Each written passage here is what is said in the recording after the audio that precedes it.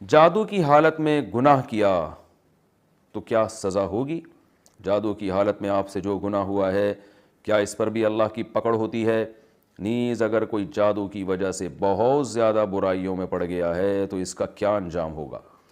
جادو کی وجہ سے گناہ کیا کے دو مطلب ہیں. ایک تو یہ کہ یعنی کسی پر جادو کرنے کے لیے کوئی گناہ کا کام کرنا تاکہ جادو کا اس پہ اثر ہو، تو جادو تو ویسے ہی ایک بہت بڑا جرم ہے، بہت سخت سزا اسلام میں، اس کی وجہ سے کوئی جرم کرنا تو یہ اور بڑا جرم ہے. اور دوسرا مطلب محترم کے کلام کا یہ ہو سکتا ہے، نام بھی نہیں لکھا انہوں نے کہ کون پوچھ رہا ہے یہ. دوسرا یہ ہو سکتا ہے کہ کسی پہ جادو ہوا ہے اور اس جادو کی کنڈیشن میں اس سے کوئی گناہ سرزد ہو جائے. تو دیکھیں اگر کسی پہ جادو ہوا اور اس کی وجہ سے اس کا دماغ ہی نہیں کام کر رہا اور اس پاگل پنے میں اس نے گناہ کیے ہیں، تو ظاہر ہے عقل جب کام نہ کرے تو پھر انسان کسی عمل کا مکلف نہیں ہوتا، اس کو گناہ نہیں ملتا. لیکن اگر اس کی کھوپڑی کام کر رہی تھی اور وہ صحیح طرح سے اپنے ہوش و حواس میں تھا، تو اگر وہ گناہ کرے گا تو اس پہ